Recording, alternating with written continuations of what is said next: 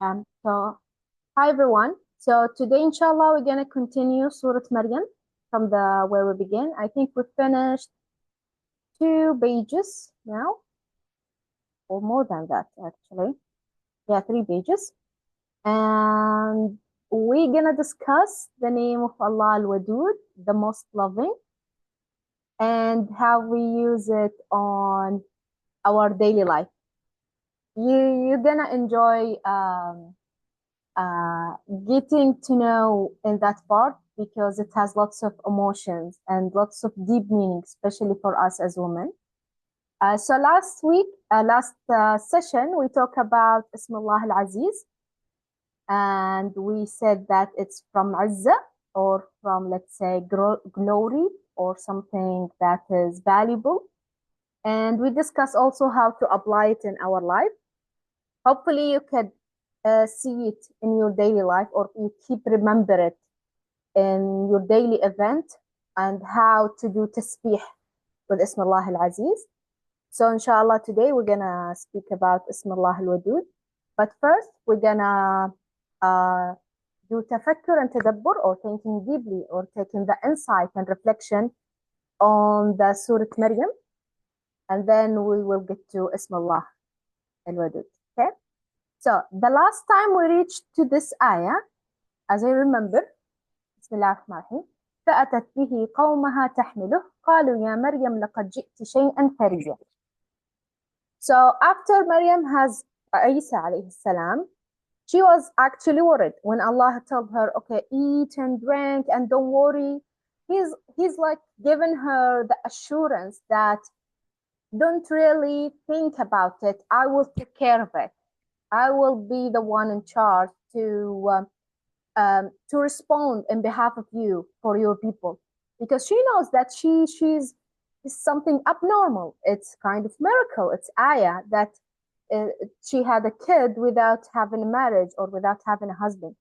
So she was actually worried after she go through labor, and she's really exhausted, but at the same time she's worried what her people is gonna say about her, or how she gonna defend herself, or so on.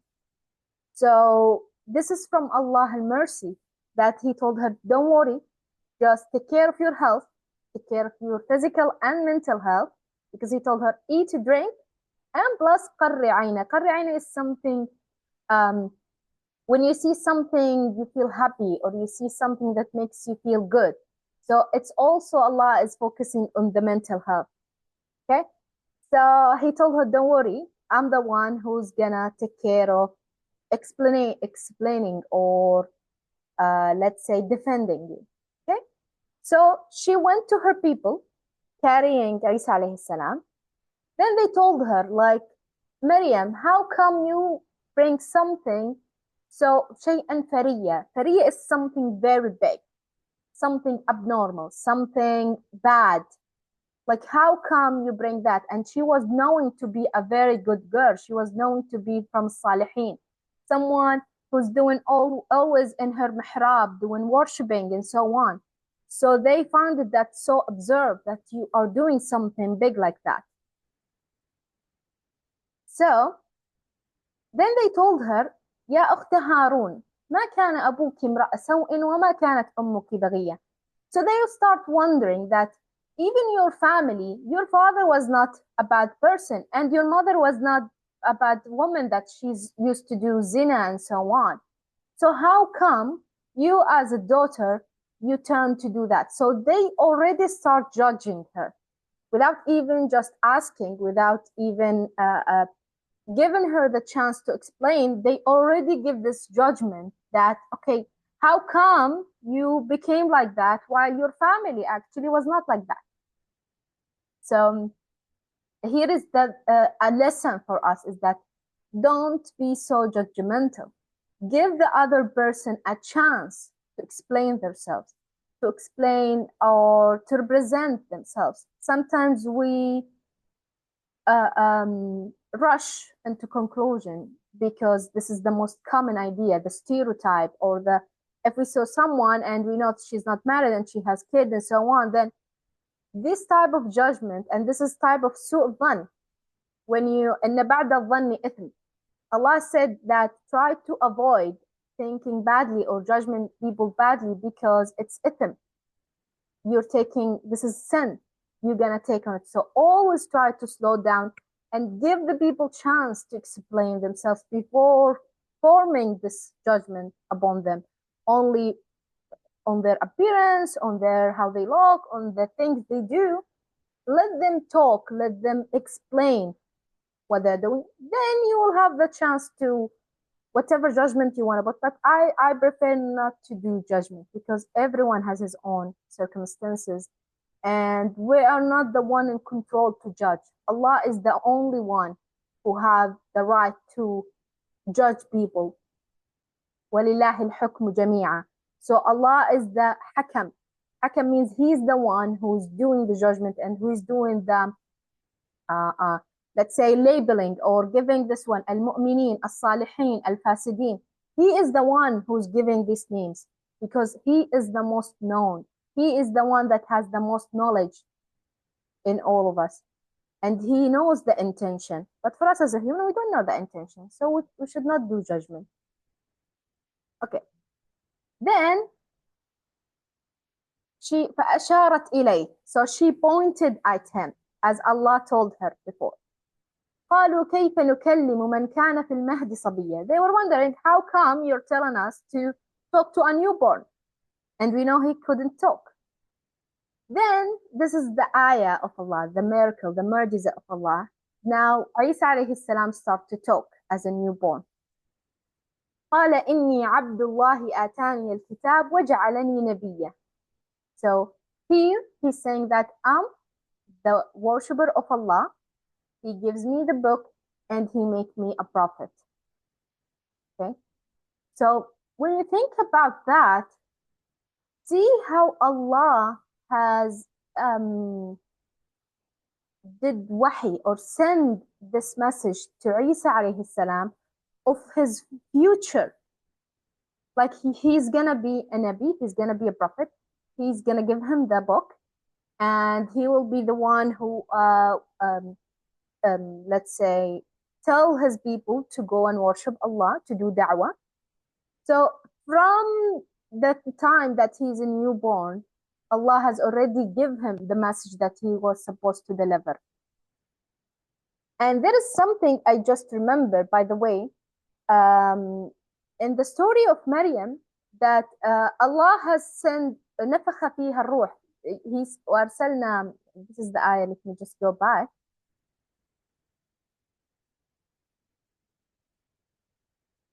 You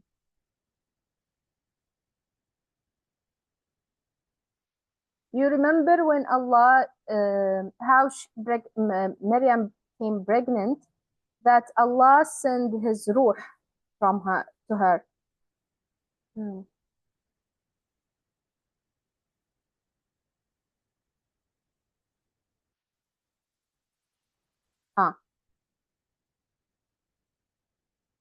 فأرسلنا إليها روحنا فتمثل لها بشرا سويا. So here we send her our ruh, our angel Jibreel alayhi salam. And there is many saying that they suspect is the ruh is Jibreel or Jibreel is an angel. So is it different, or he is only the messenger or the angel that holding the ruh of Allah? Because, you know, when Adam has been created, Allah also blew from his ruh on us in Adam. Then this is how he created us. And so there is two ruh now. And Isa alayhi salam, he's the only one that Allah sent another ruh for him, a different ruh. Because all of us are from Adam, right? And we all have been part of Ruhullah that Allah has blown in Adam. But Allah make a special part of his ruh to Isa alayhi salam. So he did nafkh ruh, he blew from his ruh again in 2 times only. Now if you think about it, only in Adam, which is now we are part of Adam, and in Isa alayhi salam. And this is one of the miracles also, that you're thinking, why didn't Allah, like, why especially the ruh Allah has flow in Isa alayhi salam? We still don't know the reason, but it's something to think about, is that there is only 2 times Allah has blown ruh in us as a human, let's say, in Adam and then in Isa alayhi salam. Okay? And then there is other ayah saying, يسألونك عن الروح قل الروح من أمر ربي. When you ask, okay, what is the soul? What is ruh? So not everyone actually know what it is, because Allah said الروح من أمر ربي. It's an order from Allah. أمر من عند ربي. It's something that Allah created, and He is the one choosing where to blow or where to send, whether to Adam, whether to Isa. And when you think about it, we all have part of this ruh. We all have part of this from Allah. And it's more related to the creation. Because when you think about it, فَنَفَخْتُ فِيهِ مِنْ رُوحِي, when He blew from His soul into Adam, then he became a creation, became alive. And same as in Isa عليه السلام, أرسلنا لها روحنا فتمثل لها بشرا سويا ونفخنا فيها من روحنا. So when he blown from his or give from his soul, it's a sign of creation.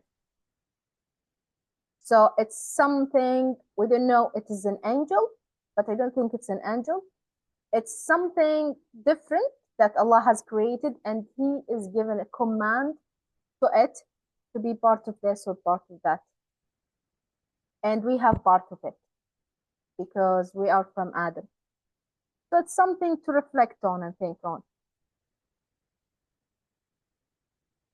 Okay. Then let's go back.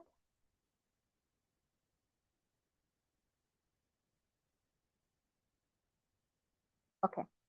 And then he said, وَجَعَلَنِي مُبَارَكًا أَيْنَمَا كُنْتَ. So he made me a blessed everywhere I go. وَأَوْصَانِي بِالصَّلَاةِ وَالزَّكَاةِ مَا دُمْتُ حَيًّا. That he advised me to keep out my prayer and to do zakat as long as I'm alive. Okay. وَبَرًّا بِوَالِدَتِي وَلَمْ يَجْعَلْنِي جَبَّارًا شَقِيًّا. So he also made me good to my mother, and he didn't make me a bad person, let's say, or an arrogant or unpleasant or so on. Same as Yahya when we mention it.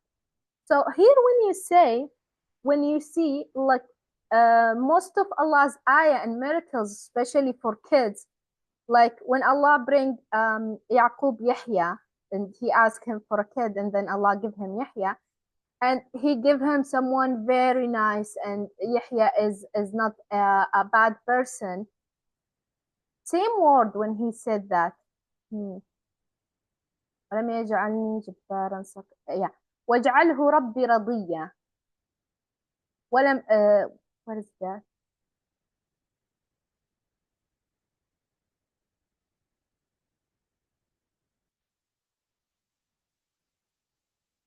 وكان تقيا وبرا بوالديه ولم يكن جبارا عصيا. So both description for Isa and Yahya alayhi salam, they have the same meaning, and they are both a miracle from Allah. So now when you see most of the real, let's say, or the prophet in general, they are generally having this pair. And here he said وَبَرًّا بِوَالِدَيْهِ. So in his he's good to his parents. Here he said وَبَرًّا بِوَالِدَتِي. So he's good to her mom, to his mom. And he specified that as a major sign for also the other people who believe that he became, that Isa alayhi salam has a dad, or that Isa alayhi salam, that Maryam was married and someone, and this is how she get a kid, and he's not a miracle. So Allah here specified that he's only good to his mother because he only has a mother. He doesn't have a parent. He doesn't have father and father. So he has very specific also in that. ولم يجعلني جبارا شقيا. That means Jabbaran means تجبر, which is arrogant or having like seeing yourself above others and harming others. والسلام علي يوم ولدت ويوم أموت ويوم أبعث حيا. And peace upon me the day I was born, the day I'm gonna die, and the day I'm gonna be revived or raised alive. Okay? So here is another sign that he is telling them there is a life after that. And it's a major sign because now it's a newborn talking. So definitely it's already a miracle. Then when he told you that, okay, there will be a day after, there will be a judgment day, you better believe that, because I'm already a living miracle, I'm telling you that. And Allah has already sent that with me as to do da'wah and to remind you that there is an afterlife after that. So try to worship Allah and do good in your life, because you will be all your sins and good you will be judged by in the يوم الآخرة, let's say, or doing حساب. ذلك عيسى ابن مريم قول الحق الذي فيه يمترون. So here's again Allah saying this is Isa, the son of Maryam. Also emphasizes that he is the son of Maryam and not without any father involved. قول الحق الذي فيه يمترون. So he said the right thing that they might have suspicious in. ما كان لله أن يتخذ من ولد سبحانه. Again Allah is saying that Allah has never taken a kid, سبحانه. إذا قضى أمرا فإنما يقول له كن فيكون. That he said, if he wants something, Allah will just say be and it will be. So this is an indication Allah doesn't need a kid. Allah doesn't need a child. Allah doesn't need a son. If he wants something, he will just do it by saying it. Or saying kun fayakun. Because there is also now you're thinking, some people would like to have son or kids in general because I like the company, I like to feel the family vibe, and then when I get older, my son will take care of me, and I will need them to help me, and so on. So there is a beneficial relationship also between us as a family. Okay, someone can have kids because they love kids and they enjoy it and out of unconditional love, but every relationship, whether it's a family, relative, or whatever, there is benefit out of it. When there is no benefit out of the relationship will be ended. Even when you and your mom. So maybe the mom or father, they like the feeling of that being the provider or responsible for someone and taking care. And they like the love that they feel from their kids. Same as the kid. They want someone to feed them. They want someone to give them food and take care of them and give them house. So when you look at it from outside, it's all beneficial relationship. Everyone is benefiting from something. There is nothing just pure love. Okay, there is love, but again, there is benefit out of it. So Allah is just saying that He doesn't need a son because there is no benefit out of it. Allah is the one, the creator. Allah is the one that giving the benefit. He doesn't need to have a son to get that benefit or to get anything from it, because if he wants anything, Allah will just say so and it will happen. وَإِنَّ اللَّهَ رَبِّي وَرَبُّكُمْ فَاعْبُدُوهُ هَذَا صِرَاطٌ مُسْتَقِيمٌ. So Allah is my God and your God, so worship it, and this is a clear path. This صِرَاطٌ مُسْتَقِيم. صِرَاطٌ مُسْتَقِيم, that means it's very direct. Okay? Surat al-Mustaqim is that there's no right or wrong or not clear pathway. It's mustaqim, it's forward, it's direct, and it's clear because it makes sense. It's logic. Everything is given. Allah is talking to us with logic because He knows that He created our brain, and He knows that our brain needs to convince. You need to convince your brain to believe in something. That's why many of the ayahs Allah is like explaining and giving, and how come this could happen? How come would you believe that? How come? there is so many deep meaning and wisdom behind it, because Allah is talking to our brain. Because in that way, you can really have the true belief of Him. And this is what we try to do. We're trying to understand and decode, or let's say, dissect and try to deep understanding the ayahs and what Allah really means, what's the wisdom behind, what is the logic. And from that, you will really truly believe in it.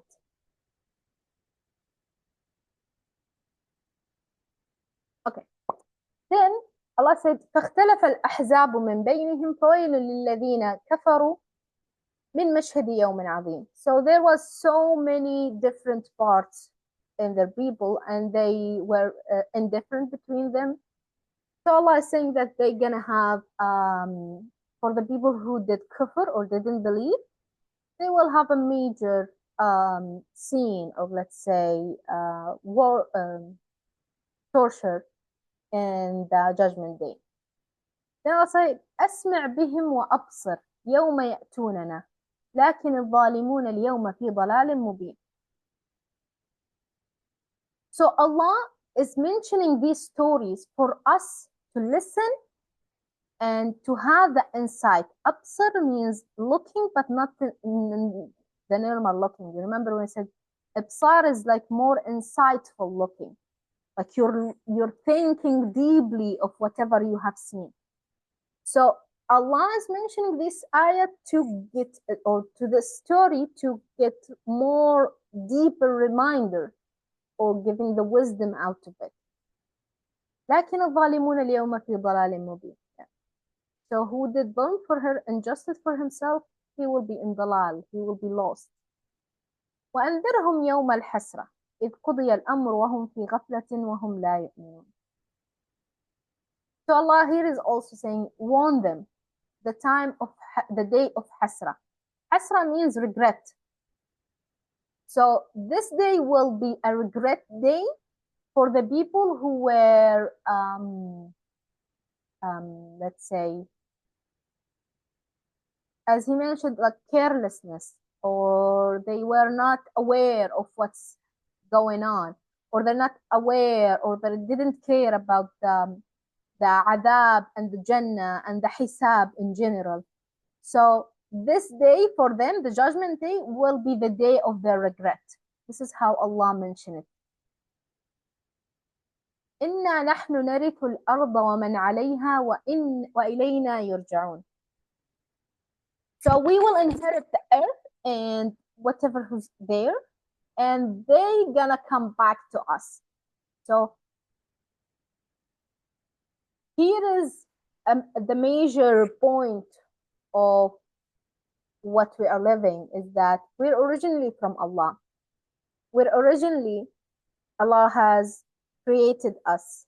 So we were there in the beginning, before we're here.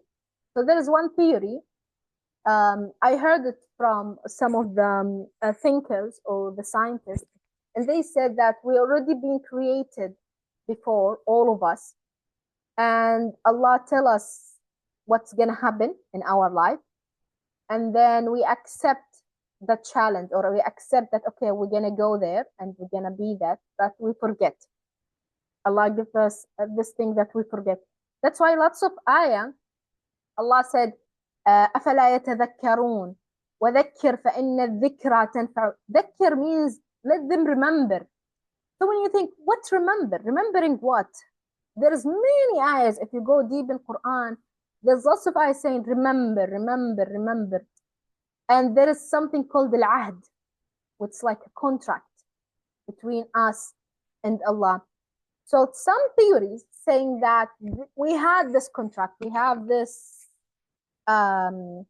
phase of that we lived earlier, and we have this, that okay, we're gonna go there and we're gonna have this one, and we accept this contract. But then when we go to the living world, or let's say on earth as a human, and so on, we forget.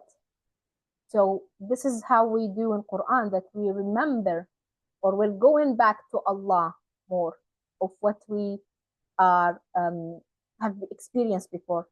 So Allah is always saying that they're gonna come back to us. So coming back to something, that means we already have been there. When you think about it. And Allah always saying, there is another ayah, Inna lillahi wa inna ilayhi raji'un. Raji'un means I'm coming back. I'm coming back for what? That means I was there.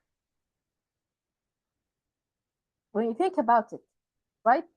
Coming back to what? That means, why he didn't say, then they will go to us. We'll go to him. Okay, that means we're now going. But coming back, that means we already have been there in somewhere, in some place or something. So it's something also to think about. Again, we're hearing from different theories, but here we're doing tafakkur, or reflecting. We'll see, it could be right, it could be wrong, but it's good to always have an open mind and think of many, many different ways, and especially in the Arabic word. Like here's the Arabic word, if we look deep to it, there is many different meaning. And then when we connect different ayat together, it will help you to understand the context of the saying.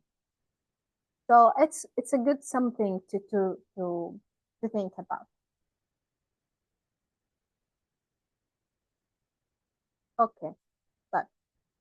واذكر في الكتاب إبراهيم إنه كان صديقا نبيا. So here we're mentioning Nabi Allah Ibrahim, and one of his main character. I like how Allah is describing each prophet with his character and the good character. So here he was Siddiqan Nabiya, is a man of the truth. He always saying truth, and Nabiya means a prophet. And notice Siddiqan, he didn't say Siddiq. I think I mentioned that before. Whenever the Quran or in Arabic language, whenever you have something Siddiqan, I don't know, like there is incest, or let's say in the end of the word, there is like emphasize, that means he's very truthful or recurrent saying the truth. He's not only truthful, he's really truthful. Siddiqan. Otherwise he says Siddiq. So this is also one of the deep meaning of the Arabic words. إذ قال لأبيه يا أبتي لم تعبد ما لا يسمع ولا يبصر ولا يغني عنك شيئا. Here, his father was not believing in Allah. He's worshipping sanams or so on, other than Allah. So he's saying in a gentle way, he's saying, oh dad, why are you worshipping something does not hear and something does not see? And he will not give you anything, or he cannot prevent you from anything or protect you from anything. ولا يغني من عنك شيئا. So again, this is how gentle Ibrahim was with his dad. Although he's a kafir, he was not worshipping Allah, but he came with a way of logic. He didn't say, don't worship it, it's wrong, it's not correct. He said, let's talk to him with logic and the talk of mind, let's say. That then, why are you worshipping something does not hear, it does not see, and it does not prevent you or give you anything. There is no benefit of it. So here he's playing with the logic more. So he will be trying to convince him.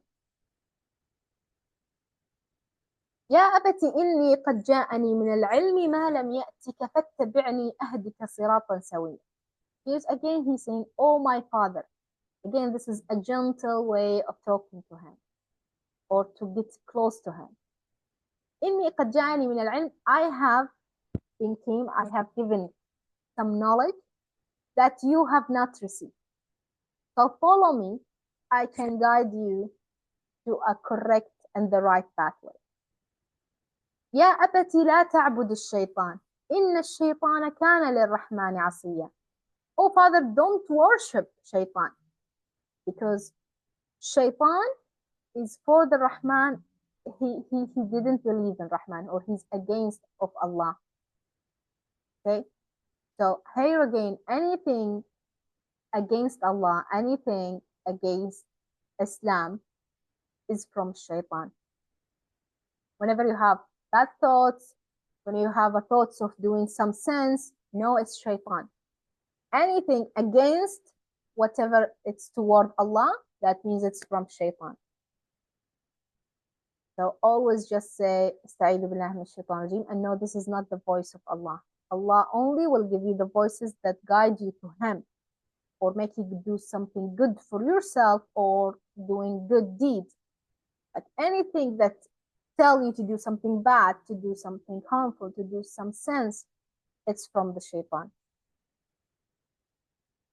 يا أبت إني أخاف أن يمسك عذاب من الرحمن فتكون للشيطان وليا. So here's again how gentle Ibrahim was عليه السلام. Oh father, I'm afraid that you're gonna get tortured from Ar-Rahman. Again, he's not saying Allah. And this is how beautiful it is. It's like always the name of the most merciful. Again, to give him, it's like a subconscious message that Ibrahim is telling him that Allah is the most merciful. That even if you're doing bad things or not worshiping Allah, but Allah is the most merciful. So don't worry, He will forgive you. He will give you mercy. Just go back to Him. Yeah. So inni akhaf, I'm afraid. I really care about you. I'm afraid that you will get tortured from Ar-Rahman. فَتَكُونَ لِلشَّيْطَانِ وَلِيًّا, and then you will be a companion with the shaitan. Because you know that Allah has expelled shaitan from His mercy when he refused to do sujood for Adam, or refused to obey for Allah's order. قال أراغب أنت عن آلهتي يا إبراهيم لئن لم تنتهي لأرجمنك واهجرني مليا. So here is again what his father said. He said, are you avoiding or doesn't want from the gods that we made, Ya Ibrahim? If you did not finish or stop advising me or stop doing da'wah, I will do rajm. And rajm is like throwing with stones till you dead. So imagine how cruel is that. Like Ibrahim is saying with the most mercy and so on, but sometimes like the beliefs is so deep in someone, or maybe the fear of changing something that you have lived all your life, or all your people are worshiping these gods. It will be so thick and strong that it will be difficult to change it, that even you could hurt your own kid and not change it. وَهْجُرْنِي مَلِيًّا, and please leave me alone. And he said, like, if you didn't finish, either I'm gonna stone you or throw stone on you, and just leave me. Hujurni, that means don't even like live with me. Hujurni, go very far away before I punish you.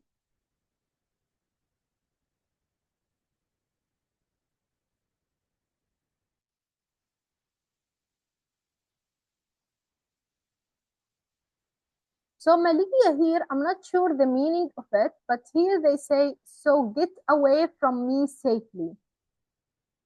It's like, it shows maybe he still care about Ibrahim as his father. So he would say like, okay, I'm warning you, but I would advise you to go away from me. It's more safe for you. So it shows some mercy also still in that. قال سلام عليك سأستغفر لك ربي إنه كان بي حفيا. So here Ibrahim is saying, okay, peace be upon you. I will do istighfar. I will ask Allah to forgive you. Allah knows better about me. Hafiya means something happy. Happy, it's like something hugging you. Something knows all your sides, personality or so on. Hafiya is like someone is holding you and taking care of you from all sides. It's so beautiful. Okay. So here is a big story for us to learn, is that when the things start to be hard, when someone starts to hurt you, when someone starts to be a source of pain, you need to leave and say, peace be upon you, I'm gonna leave. You need to avoid them. You need to save your human self, even if they are your parents. It's good to talk to them. It's good to have a discussion, or let's say try to advise them. But when you reach to a point that he's gonna do stoned, he's gonna be stoned, he's gonna do rajam for him, he's gonna hurt him, he's gonna maybe kill him. So that time you need to go away. That time you need to leave this da'wah and go away, because your human self, human soul is more important in Allah, for Allah, than hurting yourself while doing da'wah. This is how beautiful our Islam is. Even though, like, for example, you don't have any food and you're almost gonna die, but there is only big, or there is only liquor or alcohol, and you're gonna die. There is no alternative. You're in a desert. Actually, it's halal for you, and you have to eat that to save your human self in Deen, in Islam. So the most important thing is to save the human self. You need to do da'wah, do good deeds, avoid sins. But in case, even when you pray, by the way, there is one of the ahkam al-deen. If you are praying and maybe someone is attacking you, or someone is coming to hurt you from behind or something, you're allowed to cut your prayer to save yourself. Actually, you have to. So there is many, this is the beautiful of Islam. The beauty of Islam is that you should not, وَلَا تُلْقُوا بِأَيْدِيكُمْ إِلَى التَّهْلُكَةِ. Allah is saying, don't put yourself into tahluka, into harming yourself. يُرِيدُ اللَّهُ بِكُمُ الْيُسْرَ وَلَا يُرِيدُ بِكُمُ الْعُسْرَ. Allah wants the easy thing for you. He doesn't want the difficult. So everything in Islam is so beautiful. Like, if you have to, just save yourself or save the human being.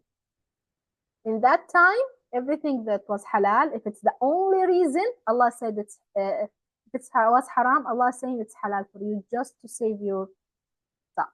So here what Ibrahim alayhi salam did, he said, peace be upon you, I will do istighfar for you, and I will leave you. Then he said, وَأَعْتَزِلِكُمْ. أَعْتَزِلِكُمْ means I'm going to isolate myself from you or leave you. وَمَا تَدْعُونَ مِن دُونِ اللَّهِ. Whatever you are worshipping except of Allah, and I will do prayer to Allah. عَسَى أَلَّا أَكُونَ بِدُعَاءِ رَبِّ شَقِيًّا. I hope I will not have difficulty on doing dua to Allah. فلما اعتزلهم وما يعبدون من دون الله وهبنا له إسحاق ويعقوب وكلا جعلنا نبيا. At the time he isolated himself from the people who do not worship Allah, in that time Allah gave him Ishaq or Yaqub, his sons, and both of them are prophets. Again, this is another clue or emphasizing on sometimes when you isolate yourself from anything that is away from Allah, whether there are people, whether there's sense, whether there's environment that does not relate to Allah, it's the time that Allah will give you lots of miracle, will give you lots of blessing, will give you what you want and more. Okay? But only if they are bad, only if they hurt you, only if it's a bad environment. So I don't recommend that, okay, let's isolate ourselves and live alone in this life. No, this is totally bad, because you will end up having depression. You will end up having lots of bad stuff, because our Islam mainly based on relationship, based on how we interact with people. Are we honest? Are we not doing غيبة ونميمة? Are we not doing ولا يسخر قوم من قوم? Are we doing sarcasm? All of that is zakah, al-hajj. Everything is actually about relationship in Islam. So you cannot live in this life alone. Allah said, وَجَعَلْنَاكُمْ شُعُوبًا وَقَبَائِلَ لِتَعَارَفُوا. That we made you. وَجَعَلْنَاكُمْ مِنْ ذَكَرٍ وَأُنْثَى. Allah make us all these different races and ethnicity and whether female or male or so on, to get to know yourself. لِتَعَارَفُوا. إِنَّ أَحْسَنَكُمْ عِنْدَ اللَّهِ أَتْقَاكُمْ. This one is with more taqwa.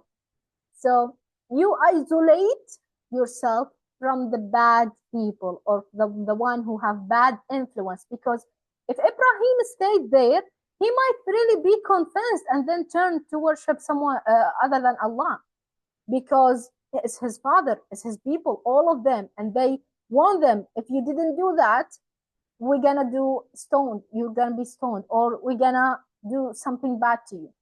So at that time, he knows, okay, the only way is to leave them. But otherwise, if he didn't have to, you should not isolate yourself. Like, we always encourage to face your problem, to just have the strength and resilience to face it and try to at least give it a try, not just running away from your problem, because it's gonna stay. And believe me, it will come out later on somewhere. So face it, but if you reach to a point that there's no point, it's better to leave. And then you will see the openings that Allah is going to give you. Then وَوَهَبْنَا لَهُم مِّن رَحْمَتِنَا وَجَعَلْنَا لَهُمْ لِسَانَ صِدْقٍ عَلِيٍّ. And we give them from our mercy, and we grant them honor on their tongues. لِسَانَ صِدْقٍ means that whenever you say something, people will believe you, or they cherish whatever you are saying. So it's like a very high value or high stakes. Okay, so I think we're gonna stop here, because after that we go through the story of Musa alayhi salam. So now we're gonna discuss Ism Allah al-Wadud. Okay, let's see. So Ism Allah al-Wadud means the most loving.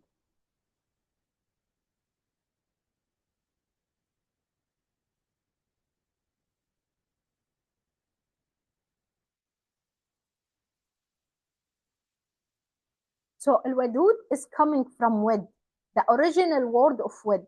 Wad means not only love, but when you treat someone with kindness. Like if you mix kindness with love, this is what wadud means. It's like a higher form of love. When you love someone, okay, I love you, but you might not be kind to them, or you not be that much kind to them. But wadud is love with kindness. And here is another nice emphasis of Arabic language. So wadud is the very loving. Al-wad is the loving one. See, when you repeat something like صديقة, it's adding extension. Wadud, غفور, he's not ghaffar. You remember when I also told you that there is something that he is frequently or having so much of this character. So wadud means it's repeatedly, let's say, or the most loving, the bigger form of love and kindness. And here, when you think about it, you see that the original and the main source of love is actually coming from Allah. When you think about it, anytime someone's told you, I love you, someone expressed kindness to you, someone hugged you, someone give you that feeling of love, always remember that it's from Allah al-Wadud. And Allah has sent this person, or it could be an animal, it could be your cat. You felt love from your cat. It could be from anything. That Allah is the cause. Or Allah is the one who's making the cause. Allah, the responsible of the means. But this person is only a way that Allah is sending you part of his love toward this person. Allah has give the idea of, let's say, hugging you or saying I love you to this person to send it to you because it's from Allah. Always think about that. Whenever you have the feeling, being loved, any type of or maybe happy, any type of good feelings, remember it's originated from Allah, and how it comes to you, it's from Allah's tadbir, from Allah's planning. Allah has did wahi or send this message, the idea in his mind to go and say I love you to this person because Allah loved you first. There's a beautiful ayah, Allah is saying it بما معناها يأتي بقوم يحبهم ويحبونه. One second.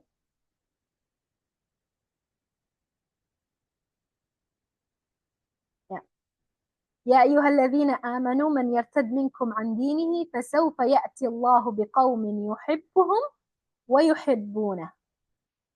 So he said if people who here stop worshipping Allah or stop worshipping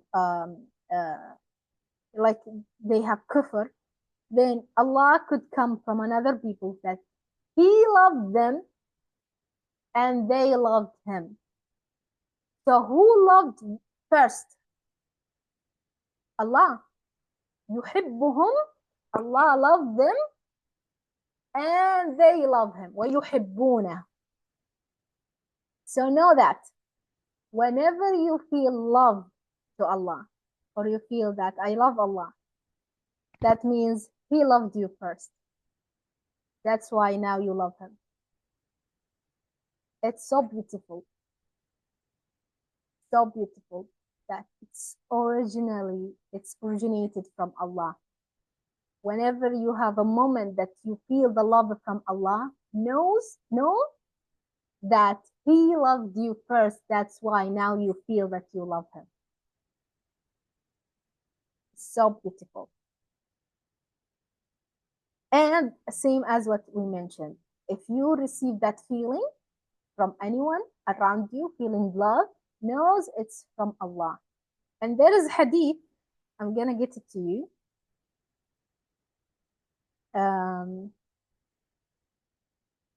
I think by the meaning of it is that if Allah loves you, he will order all his creation to love you.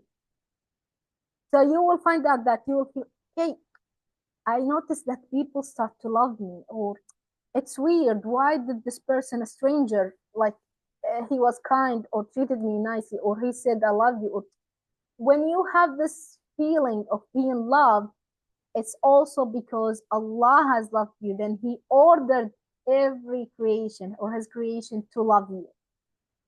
So when you feel loved, knows that Allah is the one who ordered for that. So here is a good thing to think about.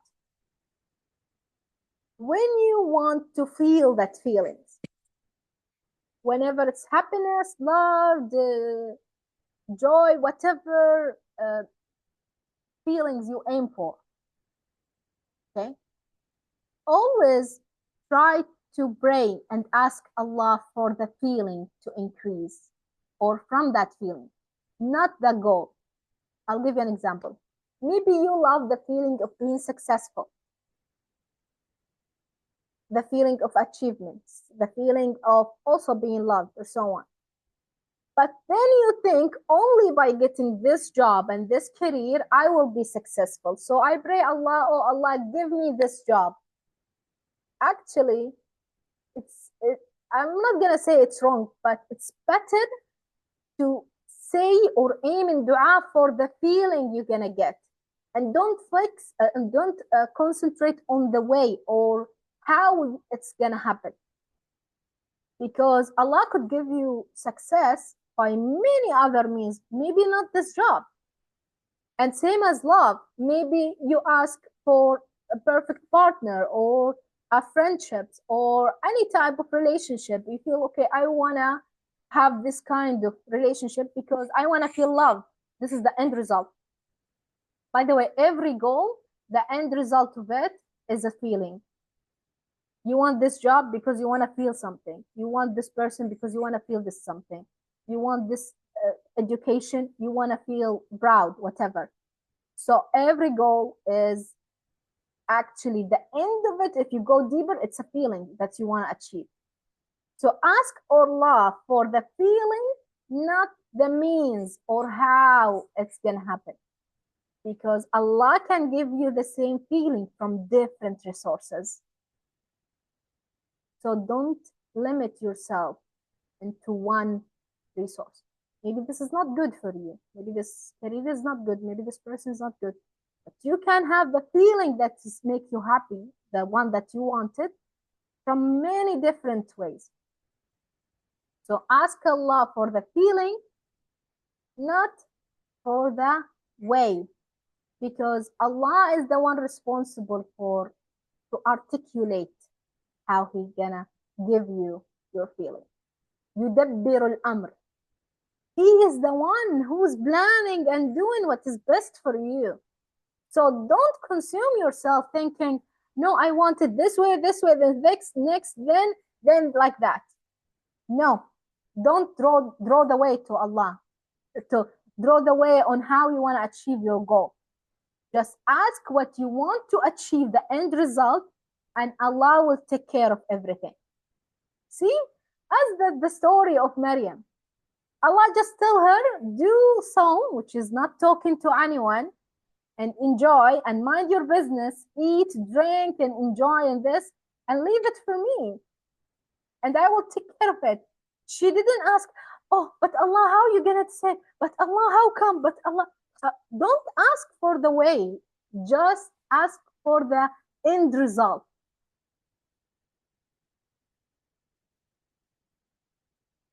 Thank you.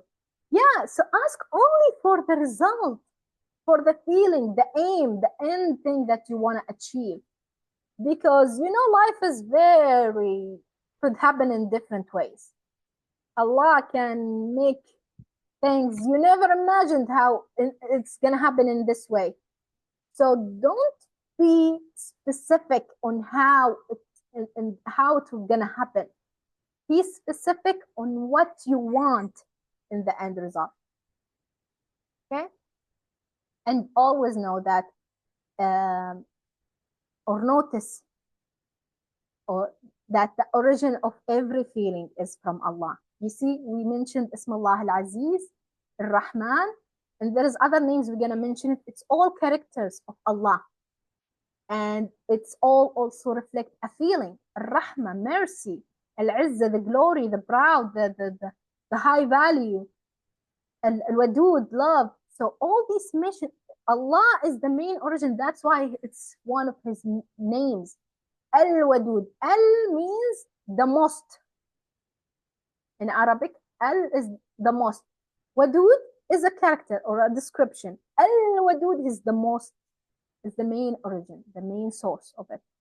So also another thing that you can notice Ismullah al-Wadud in your life is even when you are cooking something for yourself, you take care of yourself, you're eating, you're let's say, take care of your body or anything. Start to think about Ismullah al-Wadud. You're giving love to yourself. You're using the name of Allah al-Wadud that Allah gives you from it, and you express it to yourself, to the people around you, treating people with love, giving love without expecting in return like unconditional love. I know some people will say, okay, you can go it gradually. You can start to have spend the love, but it's very beautiful when you stop expecting things in return. You're doing it because I want to do it. I want to give love. I want to treat people love. I want to spread that love to people. Because the more you wait for something in return, the more you put expectation, and this expectation might not return. So always your intention should be to Allah. I'm doing that for you, Allah, because you as al-Wadud had given me part of this with, given me part of this love, and I'm giving it to myself. And when I'm full, my tank is full from this self-love, I will start to express it to other people and give it to other people. But it's always need to start from you. Because someone does not love himself, he cannot love others. So start from within. When you have a full tank of self-love, then you will be able, and it will be very easy to give love to others without expecting things in return. Okay? So that's our session for today. Hopefully you benefited from it. Something has enlightened in your brain. This is my hope. And you will get more closer to get to know Allah more and His ayah and the Quran and the psychology behind it, and how we might like have a different perspective of Quran into more deep understanding. Hopefully it was helpful, and hopefully it changed the way that you read Quran, and it gives you more and deep insights. Because the more you understand the words of Allah, the more you will understand Allah. And when you understand Allah, you will be able to get closer to Him. When you get closer to Him and you get to know Him, you will start to love Him more. Okay? And hopefully this was helpful. Thank you so much for attending. I'm so glad that you attended, and hopefully we can meet next week, inshallah. Yeah, I'm gonna have a space for question. Let me just